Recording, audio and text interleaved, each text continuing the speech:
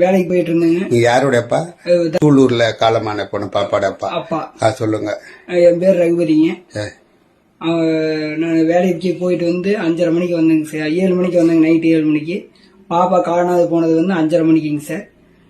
தம்பியும் போய் தேடி தேடி பார்த்துருக்காங்க, தரிசன் போய் தேடி தேடி பார்த்துருக்குறாங்க சார். தேடி பார்த்துட்டு நான் வந்த உடனே சொன்னாங்க சார், சொன்னான் தம்பி அக்கா காணாங்கப்பா, எங்க போனான்னு தெரியலீங்க. இல்லைங்க, நீங்க வரும்போது உங்க மனைவி எங்க இருந்தாங்க? வீட்டுலதான் இருந்தாங்க. என்ன நிலைமையில இருந்தாங்க? ஃபுல் போதைங்க. போதை சரக்கு அடிச்சுதான் இருந்தாங்க. ஆமாங்க. உங்களுக்கு சரக்கு அடிக்கிற பழக்கம் இருக்கா? இல்லைங்க சார், எந்த பழக்கம் இல்ல. எந்த பழக்கமும் இல்லை. உங்க வைஃபுக்கு எத்தனை வருஷமா சரக்கு அடிக்கிற பழக்கம் இருக்கு? வருஷம் பூரா அப்படியே தான் இருந்ததுங்க சார். ஓகே. அவங்க உங்க வீட்டுக்கு அந்த கார்த்தி என்ற பையன் வந்து போயிட்டு இருப்பானா? நான் இல்லாதப்ப வந்துட்டு போயிட்டு இருந்திருப்பானுங்க. அக்கம் பக்கத்துல உங்களுக்கு சொல்லி இருப்பாங்கல்ல? சொல்லலீங்க, எதுவும் சொல்லலீங்க.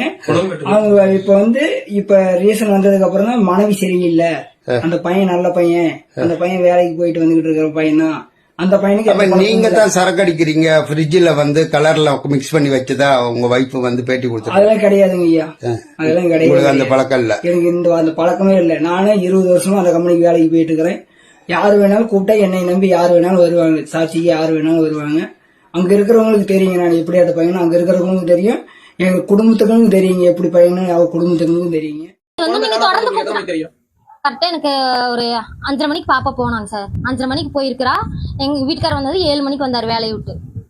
7 மணிக்கு தான் வந்து அவரு எனக்கு வந்து எழுப்பி, அதுக்கப்புறம் நாங்க போய் கம்ப்ளைண்ட் பண்ணுவோம். இவங்க எல்லாம் அங்க தொலாவிட்டு அதுக்கப்புறம் ஸ்டேஷனுக்கு போன் பண்ணி 8 மணிக்கு நாங்க கம்ப்ளைண்ட் பண்ணோங்க சார். நீங்க அதுக்கு அடுத்த நாள் போதையில இருந்தீங்க இல்லையா?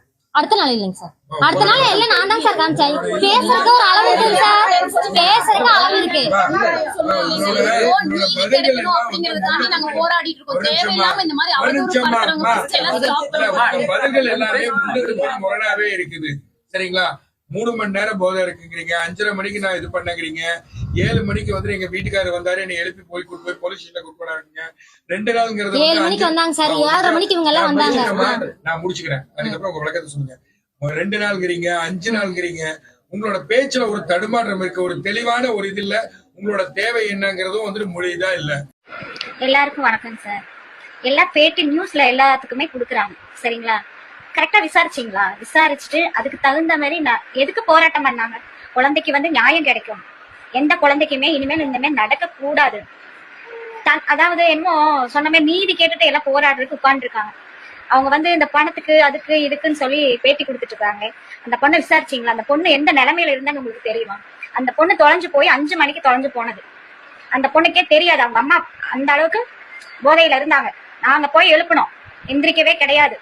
காலையில தான் அந்த பொண்ணுக்கே தெரியும். இது ஓப்பனாவே நான் சொல்றேன். அந்த பொண்ணு தொலைஞ்சு போனதே தெரியாது. நாங்க போய் பொண்ணு காணாம போச்சு பவி இந்திரியா அந்த அளவுக்கு தான் அந்த பொண்ணு இருந்தா. ஆனா போலீஸ்காரங்க சல்லடை போட்டு தேடினாங்க. 12:30ல இருந்து எல்லாருமே தேடினாங்க, கிடைக்கல. அவங்க அப்பா ஒரு ஷாப்ல இருந்து வேலையை விட்டு வந்து 7 மணி அளவில் தான் அவரு அங்கேயும் தேடிட்டு அப்புறம் கம்ப்ளைண்ட் கொடுத்தாரு. இதுதான் உண்மை. அதாவது ஒருத்தவங்க தெரியாம அந்த பொண்ணு போக கிடையாது. முட்டாய் வாங்கி கொடுத்தான், அது வாங்கி கொடுத்தான், அதெல்லாம் உண்மை கிடையாது. அவங்க அம்மாவுக்கு பழக்கப்பட்டிருக்கு. அந்த பொண்ணு வந்திருக்காங்க, போயிருக்காங்க, பழகிருக்காங்க. அந்த ஆளுதான் வாங்கி கொடுத்துருக்கான். நல்லா போட்டுட்டு மொக்கா விட்டு பிள்ளை இழுத்துட்டு போயிட்டான். இதுதான் உண்மை. அதுக்காக போராட்டம் பண்ணி நான் அந்த பொண்ணுக்கு தான் நியாயம் கேட்டு போராடணும். அதுக்கு இந்த என்னமோ சொல்லுவாங்க, பணம் கொடுக்காது என்ன வாயில வந்து இதுக்கு வரமாட்டேங்குது. முதலமைச்சர்கிட்ட கோவிச்சுக்கிறாங்க எல்லாம். கோவிக்கிறதுக்கு நம்ம பிள்ளைய நம்ம தான் பாதுகாப்பு பண்ணணும். அவர் எங்கேயோ எத்தனையோ வேலையில இருப்பாரு. நம்ம வந்து எல்லாத்துக்கும் வந்து அவர் பாதுகாப்பு கொடுக்க முடியாது. இப்ப நடவடிக்கை எடுத்ததுக்கு அப்புறம் எத்தனை போலீஸ் தெரியுங்களா? அவங்கள பசியில ஒரு டீ பச்சை தண்ணி கொடுக்காத அளவுக்கு வந்து நீங்க இந்த ஏரியாவுக்கு வந்து பேட்டி எடுத்திருந்தா தானே தெரியும். மறியல் பண்ணது சூலூர்ல, நடந்தது பாரதிபுரத்துல. சரிங்களா? இங்க பாருங்க, ஏகப்பட்ட பேர் வெளியில உட்கார்ந்து நாய் மாதிரி காத்து கிடக்குறாங்க. அதுக்கு நீதிதான் கேட்டு போராடணும், செய்யணும். என் பிள்ளைக்கு தக்க தகுமானது அது இதுன்னு சொல்லி இந்த பண உதவி சார் முதலமைச்சர் ஐயா உதவி செய்யக்கூடாது. அந்த லேடியை நீங்க விசாரிக்கணும். எந்த ஒரு தாய் வந்து ஒரு பொண்ணு ஒரு 10 நிமிஷம் காணாம போனாலே நம்ம வந்து வீட்டுக்குள்ள உட்கார முடியாது. இந்த பொண்ணுக்கு காலையில தான் தெரியும். தெரியற அளவுக்கு அந்த பொண்ணு வந்து அந்த நிலைமையில இல்ல. அவங்க வீட்டுக்காருக்கும் ஒண்ணுமே தெரியாது, பாவம். எல்லாரும் என்னமோ சொல்றாங்க, கடத்திட்டு போனதெல்லாம் உண்மைதான். ஆனா பெத்ததாய் என்ன பண்ணிருக்கணும்? தேடி இருக்கணும்ல. ஏன் அந்த அம்மாவை ஏன் எங்க போச்சு? தேடாம எங்க போச்சு? பிள்ளை விட்டுட்டு ஏன் அந்த அம்மா பேட்டி எடுக்கையில வந்து என்னமோ சொன்ன மாதிரி நீ எங்கம்மா போன இப்பதான் முட்டாய் வாங்க தெரியாத ஆள் கூட பொண்ணு போகுங்களா? சொல்லுங்க பாக்கலாம். அவ்வளவு ஆதங்கமா இருக்கு. இந்த ஊரே பாத்தீங்கன்னா நேத்துல இருந்து பச்சை தண்ணி இல்லாம இருக்காங்க.